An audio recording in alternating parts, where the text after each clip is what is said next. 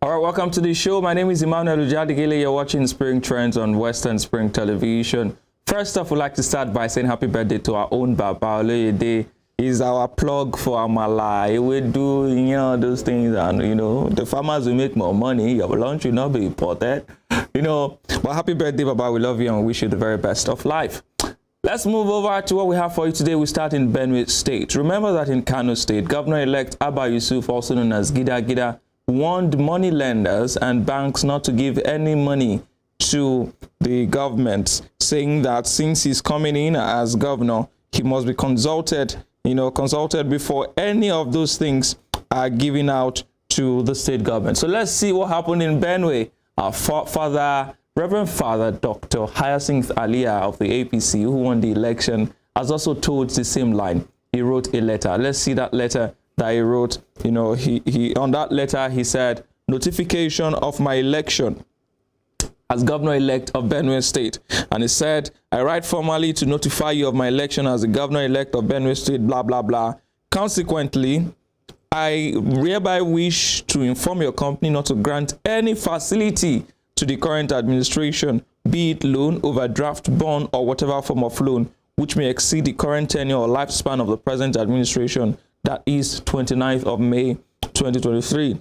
The company should also not take/collect any facility, be it loan, overdraft, bond, or whatever form of loan, which may exceed the current tenure of the governor of Benue State. Now, the question is, you are not even governor yet. You're just governor-elect, and you're already telling agencies what to do, asking them not to take any loan. But let's see how Nigerians reacted to that on social media. We begin with Lawi IA. It says, I understand the concerns these governors-elect have. I really do. But they need to remember that these agencies are still answerable to the sitting governors until May 29th. The agency can deny a governor's request simply because governor-elect said. Olariwaju comes next. He says, they never swear you in. You don't write letter. If I be governor, I go sack MD just for the fun of it. You don't want to sack someone for the fun of it. Bright Eugene says, some of the new crop of governors-elect seem to be carried away by the euphoria of coming into power.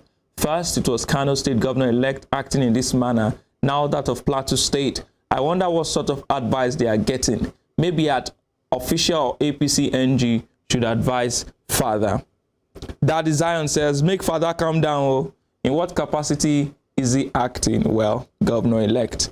RIP David says, this is nonsense. I beg, enter and probe the loan and the administration and stop interfering.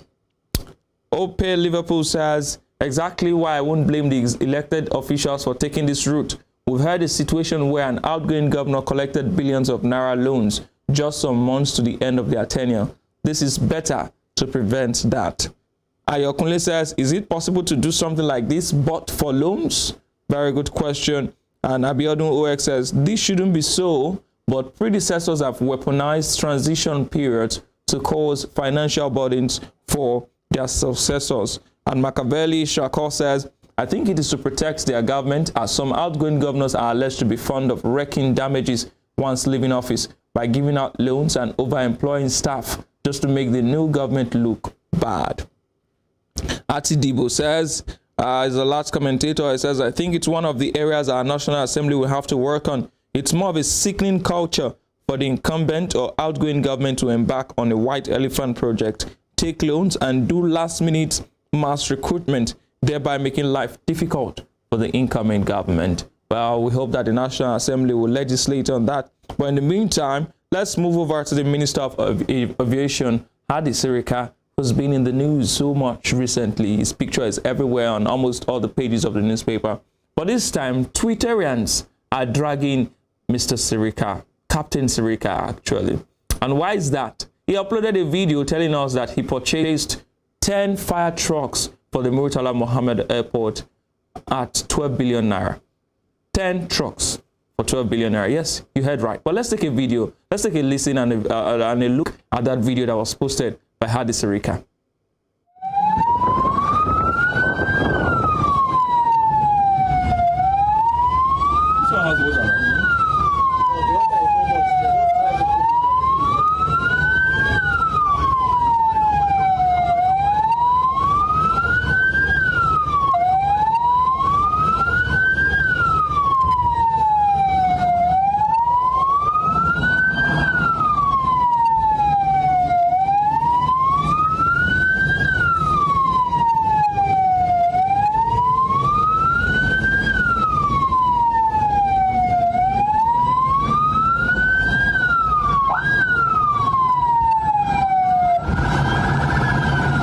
Well. So that's the interior of one of the trucks that was bought by Hadi Sirika. He bought 10 of those trucks for 12 billion naira. First of all, my worry and my annoyance with that video was that the two of them, both the driver and the minister, were not on seat belt. And it was a test drive, but at least try and, even if you are testing, try to do the right thing. So let's see how Nigerians have reacted to that, story on social media. We'll start with Twitter. Amaka Olanea says, that means one truck is 1.2 billion naira. Kai, please, how much is the fire you want to put out? You are among those embezzling funds, Abi. Okay. Now, Batch says, imagine a fire truck for 1.2 billion naira. This is the reason they want power to remain with them, because it's the only way they can gather wealth. Wealth without enterprise. It's the poor, foolish ones that are always supporting them that I keep wondering how they came into existence. Inibehe Fyong says, this is authority stealing. These are the real enemies of Nigeria. Inflation of the cost of procurement and contract has destroyed Nigeria. How can a single truck cost over 1 billion naira? We have been so deceived for so long. This regime is one of the most corrupt in history. Oh, okay. Albi Ezekwesili says, these fire trucks must be diamond plated within and without. Mr. Minister at Hadi Sirika, at official central bank exchange rate, each truck cost almost $2.4 million. How? Now I know why some of your folks deride the due process public procurement reforms. I get it now. And yes, I also get it. Abubakar says a fire truck reportedly costs between 15K used truck and 500K up to $1 million if you're really fancy. The Nigerian government just bought 10 fire trucks for $26 million, 12 billion. That's $2.6 million per truck. This is a ridiculous spend and makes it hard to tackle infernos in major cities.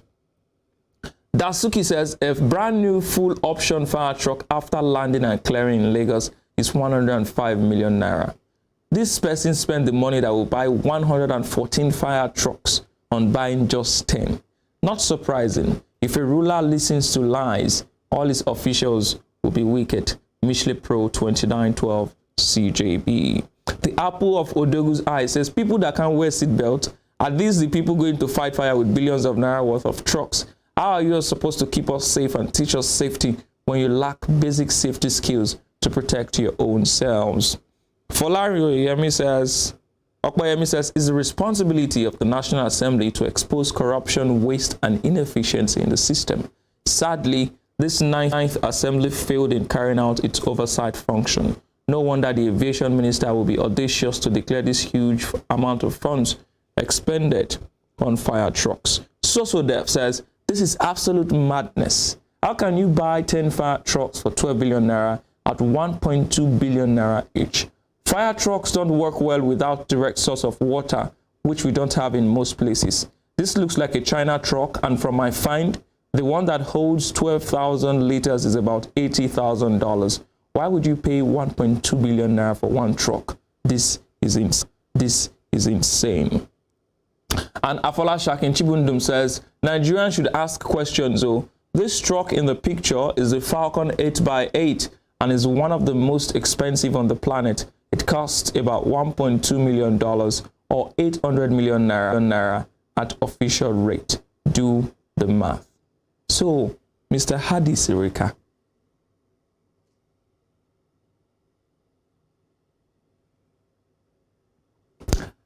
so let's leave Sirika alone and go straight to the entertainment industry. Yesterday, Mr. Habib Okikiola, popularly known as Portable Akoi Wahala, Olalomo, what does he call himself? I can't remember his appellations now. Was in court. It was arraigned in court for assault, for theft, and a lot of over 6 counts charges. And some things happened in court. Let's take a look at Portable while he was in court and how he behaved. It looked to be in so much distress. I was worried for him. It looks like he had been beaten up or he was suffering from withdrawal symptoms. But let's take a look at how Portable was in court yesterday.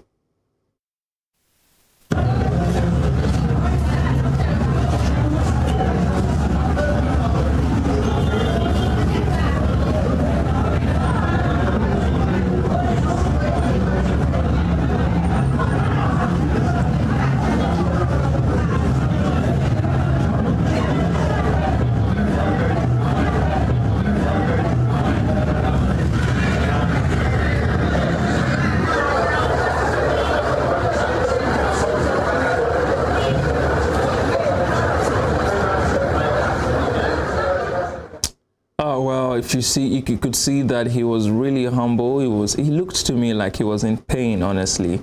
He looked to me like he had been beaten up. You could see his face also swollen and something as well. I hope that was not the case, but you can't put it past, you know, to deal with people when they are in their custody. But then let's take a look at how Portable was ferried to prison. Well, he was remanded yesterday. He couldn't fulfill his bail conditions at the time of the court. And so when this video and comments were taken, he had not been granted bail. He was granted bail later in the day. But let's take a look at Portable being ferried into the vehicle.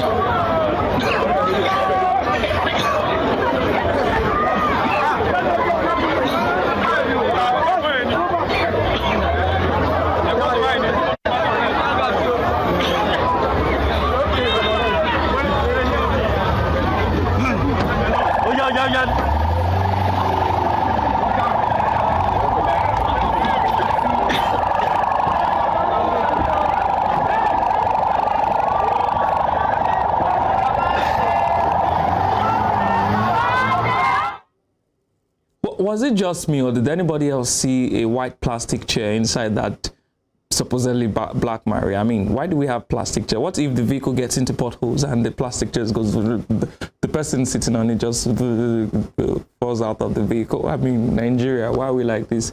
Why do we have a plastic chair inside the black Maria? What happened to those chairs that are? Anyway, so let's go to the comments now. Sammy starts off our conversation on Portable. Sammy says, federal government has decided to get rid of all liabilities. See how Portable using own and scratching belly bust. He was carried away with fame. This is bad for endorsement and brand name. The way the cookie crumbles. Omoyemi Onisakwe says, but I thought this guy said he's a celebrity and his money is legit while calling out police. Why is he now acting like Dino Melaye or Lisametu, Meina, and Fayoshe at the same time? I think they have to feature him in a movie. Let those men catch you. Osila Mapo says, is he in labor or is only playing the script of his lawyers? Nigeria will humble you.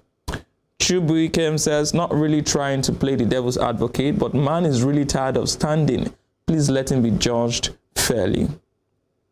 Gambo says, as Portable lawyer hear all the things filed against him. The arresting lawyer joy. You can see that lawyer sitting there with handcuffs, probably this person saying that he was arrested alongside Portable. Well, that's just a picture from the internet. That's not what happened. Olakumi Taiwo says, wahala. Nobody likes wahala. Now mouth everybody they make. Adeyemi Bironke says, now Portable is truly a federal government liability. As a celebrity guest of the Federal Correctional Institution, he would be accommodated and fed by Nigerian government. Welcome home, son. Sir Hamza says, I dey wait to hear I'm fasting and I have ulcer. You know, Nigerian politicians have a way of bringing up excuses when they're in court. They usually have one health condition to attend to. Ogun's Olabode Abdul Kabir says he needs this for him to be humble and respect people around him going forward in his career, because without all this arrest, I'm not too convinced he'll be able to conduct himself properly in public places. Being a star, it takes a lot, and one of them is to be humble and calm. Portable, that we know, when he leaves prison, he will release a song, I'm very sure. Mr. Azil Uduma says, government liability, no confined ability to stand for court. I love the rhymes. But that's it on the show this morning. Once again, happy birthday to Baba Olede and every other person who is celebrating today. My name is Emmanuel Ujadegele, EM Ujadegele on Twitter. I'd like to sing for him, happy birthday to you, happy birthday to you, happy birthday, Baba, happy birthday to you. We love you so much. But I'll leave you with this video coming out from Zambia. The Vice President of Zambia was talking to the Vice President of the US, Kamala Harris, during a visit to Africa, and he had some very strong words for the United States. I'll leave you with that video, and do have a lovely Tuesday. Bye-bye. A country that has toppled so many governments in Africa, that has led so many coups in Africa and other parts of the world. A country that has killed so many of our leaders in Africa and other parts of the world. The killers of Patrice Lumumba, those who toppled Kwame Nkrumah, those who killed Nasser, those who killed Muammar Gaddafi, today are coming to teach us about democracy. A country that has been built on brutal force, on enslavement of other human beings, on the humiliation of Africans, the exploitation of Africans, the plunder of Africa, today is coming to teach us about democracy. If you have no respect for the dignity of others, if you have no respect for the sovereignty of other countries, you cannot claim to be a champion of democracy.